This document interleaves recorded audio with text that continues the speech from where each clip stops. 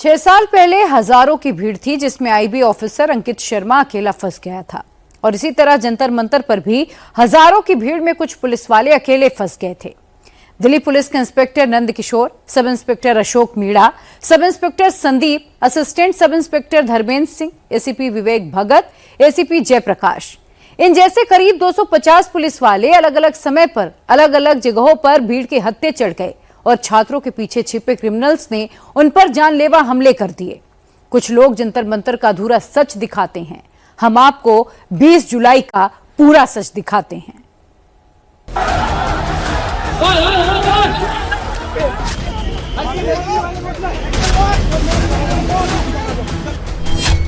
खून से रंग दी पुलिस वालों की वर्दी, क्यों मचाई ये अंधेर गर्दी।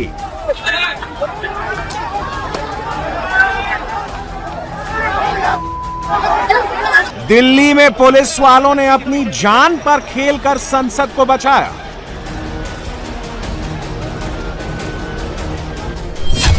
अगर 20 जुलाई को उपद्रवी संसद में घुस जाते तो क्या होता।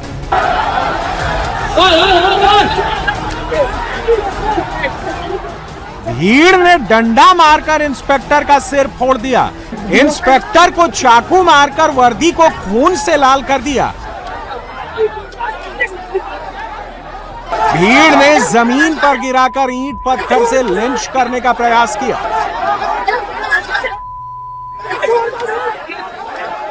दिल्ली पुलिस स्पेशल यूनिट के इंस्पेक्टर नंद किशोर की ड्यूटी संसद मार्ग पर थी। 22 जुलाई रात 8 बजे के करीब इंस्पेक्टर नंद किशोर संसद मार्ग से लगे जय सिंह रोड से होते हुए जंतर मंतर की तरफ जा रहे थे, तभी मॉब ने उनको घेर लिया। भीड़ के सिर पर खून सवार था। उस भीड़ ने इंस्पेक्टर के साथ क्या क्या किया, खुद उन्हीं की जुबानी सुनी।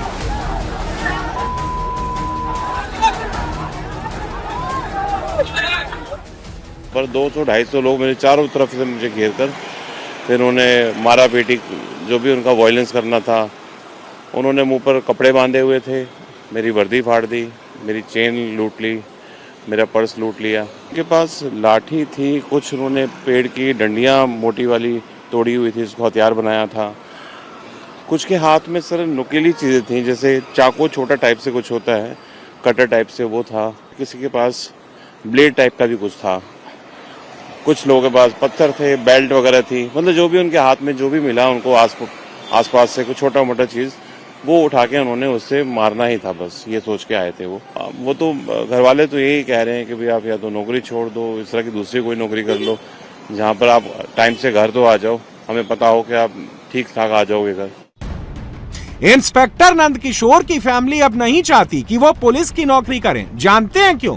क्योंकि उस दिन अगर किस्मत ने साथ नहीं दिया होता और इंस्पेक्टर नंद किशोर ने हिम्मत न की होती तो मॉब ने संसद मार्ग पर ही उनकी लिंचिंग कर दी होती। राहुल गांधी दिल्ली प्रोटेस्ट में बल प्रयोग के लिए अमित शाह का इस्तीफा मांग रहे हैं। Sir, the Home Minister authorized the shooting of our students, sir. He put pellets into the blood of our students. He ordered the students of India to be shot. Mallikarjun खड़गे यही मांग राज्यसभा में कर चुके हैं। देश इन सवालों का जवाब चाहता है। अगर गृह मंत्री इनके जवाब नहीं दे सकते तो उन्हें इस्तीफा देना चाहिए। विपक्ष का हर नेता पुलिस पर उंगली उठा रहा है, लेकिन जैसे जैसे सच्चाई सामने आ रही है राहुल के सुर बदल रहे हैं। सवाल पूछते ही राहुल गांधी भड़क जाते हैं। भैया बीजेपी के हो गया, भैया बीजेपी के हो गया, भैया बीजेपी के हो गया। कॉकरोच जनता पार्टी के अभिजीत दीप के भी कहते हैं कि उनके प्रोटेस्ट में गुंडे आए थे, लेकिन उनका दावा है कि वो गुंडे बीजेपी के थे। This was done by the BJP goons. I have been saying since day one. And the camera look. That the BJP will send its goons to create disruption. The BJP will send its goons to harass police officers. छात्रों की आड़ में गुंडागर्दी ये बर्दाश्त नहीं। संसद मार्ग पर जिस जगह इंस्पेक्टर नंद किशोर पर चाकुओं से हमला हुआ, जिस जगह पर उनको डंडे मारे गए, जिस जगह पर उनको ईंट पत्थर से मारा गया, इंडिया टीवी के रिपोर्टर अभय पाराशर ने ठीक उसी लोकेशन पर जाकर इंस्पेक्टर नंद किशोर से बात की। हमें फक्र है अपने ऐसे पुलिसकर्मियों पर। इंस्पेक्टर नंद किशोर जी हैं और इसी रास्ते पर जब ये अपनी ड्यूटी कर रहे थे, मॉब संसद की तरफ जाने की कोशिश कर रही थी, तो इन्होंने मॉब को आगे नहीं आने दिया, लेकिन उसी भीड़ ने इनके ऊपर जानलेवा हमला किया, चाकुओं से हमला। आपको क्या लगा? स्टूडेंट प्रोटेस्ट कर रहे थे, खाकी वर्दी को देख के पुलिस वालों को टारगेट क्यों किया जा रहा था? और आपके भी सिर के ऊपर लगे हैं चाकू वगैरह? हाँ सर, मुझे काफ़ी बार 5-6 जगह बार हैं, स्टिचेस भी हैं। तो ये सर स्टूडेंट्स नहीं है, स्टूडेंट्स वायलेंस नहीं करेगा सर। चोट देखिए, अभी भी हाथ पर चोट लगी हुई है। स्टूडेंट्स सर वायलेंस नहीं करेगा, यहाँ पर भी है सर जी, पैरों में भी है, कमर में भी है, गुम चोटें भी हैं बहुत ज़्यादा। स्टूडेंट्स वायलेंस नहीं करेगा सर।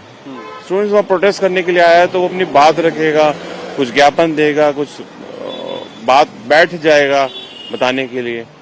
वो मारपीट या कुछ इस तरह से तो नहीं करेगा सर। वो भी रात होते ही पुलिस की वर्दी को देख के मुंह पे कपड़ा बांध के। सर ये तो वो लोग हैं जो वायलेंस करने के लिए वहां आए थे। हजारों की भीड़ में अकेले फंस जाने के बाद जान बचाना आसान नहीं था। वो जान बचाने के लिए भागे तो भीड़ ने उनको नीचे गिरा दिया। इंस्पेक्टर को लात मुक्के से मारा, लाठी डंडे से मारा। पुलिस फोर्स बैरिकेडिंग के दूसरी तरफ थी। उस समय 50 मीटर दूर बैरिकेडिंग तक पहुंचना भी आसान नहीं था। नंद किशोर जी, जान कैसे बचाई आपने? मैंने देखा भीड़ ने पूरा घेर लिया था, लगातार मारा जा रहा था। कैसे आपको रेस्क्यू किया गया? सर मैं वहां से, मुझे लगा जब ये तो मारने की नीयत से कुछ ये इकट्ठे हो गए हैं तो, और मार रहे थे लगातार ना, तो मैं भागना चालू किया। मैं भागा वहाँ से, फिर मुझे वहाँ से उन्होंने लात मार के फिर गिरा दिया, फिर चारों तरफ से मुझे घेर लिया। फिर मैं धीरे धीरे रेंगता हुआ फिर थोड़ा दौड़ा। मेरा इतनी ब्लीडिंग हो रही थी, मुझे होश भी नहीं आ रहा था कि क्या हो रहा है मेरे साथ। तो अपनी टीम से कब मिले, फिर आपको अस्पताल भर्ती कराया? कितने टाइम रहे अस्पताल? सर टीम जो थी वो थोड़ी दूरी पर थी और इतनी ज़्यादा भीड़ यहाँ थी, वो उससे सामना करके वहाँ आके मुझे बचा नहीं सकते, तो मुझे ही वहाँ जाना पड़ता। तो मैं जब उनके करीब वहाँ पहुँचा बैरिकेड तक, वो था करीब 50 मीटर दूर था। मैं बैरिकेड तक जब वो पहुँचा तो उन्होंने मुझे वहाँ से संभाल के बैरिकेड के अंदर लेके वहाँ पर गाड़ी मंगवाई थी। RML हॉस्पिटल मुझे पहुँचाया गया। RML हॉस्पिटल में फिर मैं 3 बजे रात तक सर मैं वहाँ था। 20 जुलाई से 25 जुलाई के बीच दिल्ली में छात्र आंदोलन की आड़ में जमकर हिंसा हुई थी, जिसमें पुलिस वालों को निशाना बनाया गया। जंतर मंतर की हिंसा में 250 से अधिक पुलिस वाले घायल हुए, 110 से अधिक बैरिकेड तोड़ दिए गए, 300 से अधिक बॉडी प्रोटेक्टर क्षतिग्रस्त हुए, 350 से अधिक हेलमेट टूट गए या खराब हो गए, 50 से अधिक शील्ड टूट गई, 20 से अधिक लाउड हेलर क्षतिग्रस्त हुए, 10 से अधिक हैंड हेल्ड मेटल डिटेक्टर और अन्य सुरक्षा उपकरणों को तोड़ दिया गया, 25 से अधिक सरकारी गाड़ियों में तोड़फोड़ की गई। दिल्ली पुलिस ने फेस रिकॉग्निशन सिस्टम का इस्तेमाल करके 2873 बदमाशों की पहचान की है। अब उन उपद्रवियों की पहचान की जा रही है जिन्होंने चेहरे पर मास्क लगाकर या रुमाल बांधकर हिंसा फैलाई थी, जिन्होंने चेहरे पर गमछा लपेटकर अंधेरगर्दी मचाई थी। दिल्ली पुलिस के पास 400 सीसीटीवी कैमरों की रिकॉर्डिंग है। मास्क वाले उपद्रवियों का सीक्वेंस तैयार किया जा रहा है। दिल्ली पुलिस उपद्रवियों के खिलाफ डिजिटल सबूत जुटा रही है। आज दिल्ली पुलिस के घायल अधिकारियों के परिजनों ने प्रेस कॉन्फ्रेंस करके अपनी बातें रखी। कुंजल के पापा संदीप दिल्ली पुलिस में सब इंस्पेक्टर हैं। 25 जुलाई को जिस दिन आंदोलन खत्म हुआ, उस दिन कुंजल के पापा जब घर लौटे तो उनकी वर्दी खून से रंगी हुई थी। 25 तारीख को my father was pulled by a rowdy mob and he was almost lynched near the stage of Jantar Mantar. रात को 10 बजे के करीब पापा के कलीग्स उन्हें घर लेके आए और उनकी यूनिफॉर्म पूरी खून से लाल थी। उन्हें ऐसे देख के हमारे लिए बहुत पेनफुल था। सीमा के पति धर्मेंद्र सिंह दिल्ली पुलिस में ASI हैं। वो पिछले 30 साल से दिल्ली पुलिस की सेवा में हैं। 20 जुलाई को जब वो घर लौटे तो सिर पर चोट थी। मेरे पति को भी जो ड्यूटी के दौरान हेलमेट दिया जाता है, उनका हेलमेट भी पूरी तरह से टूट गया था और यदि कोई पत्थर का टुकड़ा हेलमेट टूटने के बाद उनके सर पर लगता तो शायद वो आज इस दुनिया में नहीं रहते। लक्ष्य के पिता कौशल बिष्ट दिल्ली पुलिस में एसीपी हैं। उनके पापा पर हमले का वायरल वीडियो लक्ष्य के दोस्तों ने उनको भेजा था। When the pelting started, मेरे पापा अपने सीनियर ऑफिसर्स को एक सेफ प्लेस में सिक्यूर करने चले गए, बट एक स्टोन उनके हेड पे हिट कर गया एंड उनका सर फट गया और उन्हें इंजरी हो गई। उपनीत कौर 20 जुलाई को हिंसा में घायल एसीपी अर्शदीप की पत्नी है। मेरे पति दिल्ली पुलिस में एसीपी के पद पे सेवाएं निभा रहे हैं। 20 जुलाई की रात देर रात जब वो घर पहुंचे चोटिल हालत में, वो क्षण मेरी और मेरी बेटी 2 साल की बेटी के लिए बहुत ही दर्दनाक, बहुत ही ट्रॉमेटिक था। परिवार सबका होता है, पुलिस वालों का भी परिवार होता है, उनको भी अपनों की फिक्र होती है। दिल्ली वाली हिंसा में जख्मी पुलिस वालों के परिजनों का सबसे बड़ा दर्द यह है कि जिन लोगों ने हिंसा की, जिन लोगों ने लाठी पत्थर मारे, जिन लोगों ने चाकू चलाए, उनके खिलाफ कोई मुकदमा भी नहीं चलाने की बात हो रही है।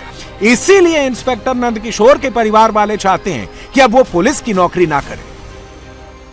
परिवार में कौन कौन है सर आप? सर मेरी वाइफ हैं, 2 बच्चे हैं, मदर हैं। जब आप उस हालत में पहुंचे, उन्होंने आपको देखा, क्या रिएक्शन थे उनके? सर मेरे बच्चे जो थे वो रोने लगे थे, मेरी वाइफ तो बिल्कुल, मैं उनको बताना नहीं चाह रहा था रात में तो, लेकिन हमारे ऑफिस से वहाँ पे खबर दी गई क्योंकि हालत सीरियस थी, कुछ भी हो सकता था मुझे, तो बताने के लिए कि सपोर्ट के लिए। तो मेरी वाइफ रोने लगी, बच्चे रोने, वो रात भर नहीं सोए जब तक मैं घर नहीं गया। मैं इसलिए हॉस्पिटल नहीं गया था, मैं घर जाऊँगा तो उनको लगेगा मैं ठीक हूँ, मैं घर जाकर अपना इलाज करा लूँगा, हेल्प मिल जाएगी मुझे। अगर मैं हॉस्पिटल चले आता, एम्स ट्रॉमा सेंटर में जहाँ मुझे शिफ्ट करने के लिए कह रहे थे, तो मुझे लगा शायद वो टूट जाते। आप ठीक है पुलिस में नौकरी कर रहे हैं, लेकिन एक आप उनके पति हैं, बच्चों के पिता हैं, वो क्या चाहते हैं आगे? क्या हो इस तरह की हमारी देश में चीज़ें ताकि पुलिस वालों पर हमले ना हो? सर मेरी वाइफ और मेरे बच्चे तो ये कह रहे हैं आप ये नौकरी छोड़ दो, क्योंकि ऐसी नौकरी जहाँ पर आप अपनी सुरक्षा नहीं कर सकते हो तो आप क्या आप इसमें आगे कर सकते हो? कुछ भी नहीं कर सकते हम ना। और इस तरह की कोई भी असामाजिक तत्व इकट्ठे होकर पुलिस पर इस तरह से हम जो क्रिमिनल एक्शन होना चाहिए वो भी ना करा पाए तो फिर सर कोई फायदा नहीं है। दिल्ली में लाठीचार्ज पर संसद में हंगामा मचता है। आंसू गैस के गोले चलाने पर संसद की कार्यवाही ठप हो जाती है। पैलेट गन के इस्तेमाल पर गृह मंत्री का इस्तीफा मांगा जाता है, जबकि सुप्रीम कोर्ट भी कह चुका है कि असामान्य परिस्थितियों में भीड़ को काबू करने के लिए बल प्रयोग जायज है, यहां तक कि पैलेट गन चलाना भी जायज है। सुप्रीम कोर्ट के ऑर्डर के बाद भी दिल्ली में पुलिस एक्शन पर सियासत चल रही है। याद रखे भारतीय जनता पार्टी, इन नौजवानों पे चली हुई लाठी एक इसका हिसाब जनता भी लेगी और कांग्रेस पार्टी भी लेगी। और ये लोग छात्रों की आड़ में अराजकता फैलाने वाले लोग हैं। ये राहुल गांधी कहां थे? विदेश यात्रा पर थे। हमें छात्रों के प्रति सहानुभूति है, लेकिन छात्रों की आड़ में गुंडागर्दी ये बर्दाश्त नहीं। क्या पुलिस वालों को परिवार नहीं है? हमें उनके प्रति भी संवेदना है। बड़े मियाँ तो बड़े मियाँ, छोटे मियाँ सुभान अल्लाह, अब दोनों ही नहीं आ रहे पार्लियामेंट में। बड़े मियाँ तो आते ही नहीं थे और छोटे मियाँ आ ही नहीं रहे हैं। क्या है, कुछ खिचड़ी पक रही है क्या? हताश राहुल गांधी हमारा गृह मंत्री जी का खिलाफ अपशब्द बोल रहा है। कल सदन में खड़गे जी, उन्होंने बीजेपी नेता लोगों का बारे में अपशब्द किया। यही उन लोगों का कारनामा बचा है और इससे अधिक इनसे हम ज्यादा आशा नहीं करते। राहुल गांधी और विपक्ष के नेताओं को दिल्ली पुलिस के घायल अफसरों की कुछ और तस्वीरें देखनी चाहिए। ये सब इंस्पेक्टर अशोक मीणा की तस्वीर है। 20 जुलाई को जंतर मंतर के पास संसद मार्ग पर ड्यूटी करते समय इनके सिर के पीछे पत्थर लगा था। सब inspector Ashok Meena north district के स्पेशल स्टाफ में सब इंस्पेक्टर हैं। इन्होंने बड़े बड़े केस सुलझाए हैं, कई बार कमिश्नर से अवार्ड भी मिला है। 20 जुलाई को सब इंस्पेक्टर अशोक मीणा की ड्यूटी जंतर मंतर के पास थी। सुबह 11 बजे के करीब सिर में पत्थर लगने के बाद इनकी वर्दी खून से लाल हो गई थी। सब इंस्पेक्टर अशोक मीणा अस्पताल गए, पट्टी करवाई, फिर नई दिल्ली के डीसीपी सचिन शर्मा के साथ दोबारा ड्यूटी पर तैनात हो गए। इंडिया टीवी रिपोर्टर अभय पराशर सब इंस्पेक्टर अशोक मीणा के घर जाकर उनके परिवार वालों से मिले। अशोक मीणा की पत्नी नीरज मीणा हाउसवाइफ हैं। बेटा दिव्यांशु मीणा 9वीं क्लास में पढ़ता है। बेटी विधु मीणा 6ठी क्लास में पढ़ती है। उस दिन जिस दिन लगी वो तो मैंने यही था कि वो भी उनके पीछे हमारा परिवार चल रहा है, वो अपनी एक ड्यूटी भी निभा रहे हैं और हमारे घर की भी जिम्मेदारी निभा रहे हैं। अगर उनके कुछ हो जाता तो कौन जिम्मेदार था? आज पुलिस के लिए कई सवाल उठ रहे हैं, लेकिन जिस दिन कुछ होता तो हमारा कोई भी संभालने वाला नहीं था हमारे को, और फिर भी वो ड्यूटी कर रहे हैं, निभा रहे हैं। और उस दिन तो बहुत ही शॉक्ड था कि पता नहीं कितनी क्या लगी है। जब तक हम आंखों से नहीं देख लेते तब तो बहुत ही ज्यादा टेंशन में थे। हमारे भी बच्चे हैं, हमारे भी स्टूडेंट्स हैं, ये भी कल को एग्जाम देंगे तो ऐसा कुछ पेपर लीक होगा तो ये भी आवाज उठाएंगे। लेकिन स्टूडेंट्स ऐसा नहीं कर सकते कि वो पत्थर इकट्ठा करेंगे, लाठी बोतलें ये करेंगे, ये कोई और हो सकता। 18-19 दिन तक तो कोई शांतिपूर्वक था, तब तो पुलिस ने कुछ भी नहीं किया। और फिर वो पुलिस पे उठ रहा है कि पुलिस ने किया, ये किया। नहीं, वो उनके आड़ में कोई और भी हो सकता है, उसमें वो जांच होनी चाहिए उनकी। प्राउड है पापा पे? जी बिल्कुल, बहुत प्यार करते हैं जी बहुत। परिवार इमोशनल भी हो रहा है और इमोशनल होने जैसी बात भी है। एक पुलिसकर्मी जो है अपनी ड्यूटी पर थे और उसके बाद से छुट्टी भी नहीं ली होगी? नहीं, छुट्टी नहीं।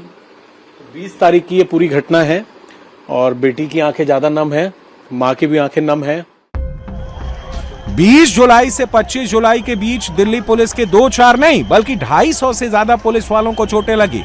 ACP, inspector, sub inspector, ASI और कांस्टेबल संसद भवन को उपद्रवियों से बचाने के लिए फ्रंट लाइन में थे। उन्होंने अपनी ड्यूटी निभाई और अब उन्हीं को राजनीति का मोहरा बनाया जा रहा है।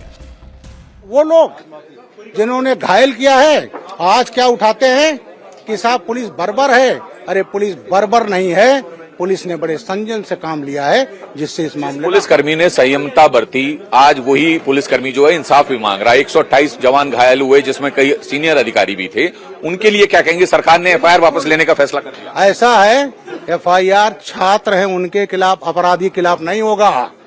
जो इसमें अपराधी हैं आइडेंटिफाइड है। और ये जो लोग कह रहे हैं कि साहब ये जो इनका भी वापस लो, डर है इनको, क्योंकि इनके प्रायोजित अपराधी जो आए हैं पकड़े जाएंगे, बोलेंगे कौन लाया था इनको, तो कानून का हाथ उनके गले तक पहुंचेगा। राजनीति अपना काम करेगी, कानून अपना काम करेगा। जिन्होंने पुलिस वालों को पीटा है, जिन्होंने पुलिस वालों को लूटा है, कानून उनका हिसाब करेगा ही करेगा।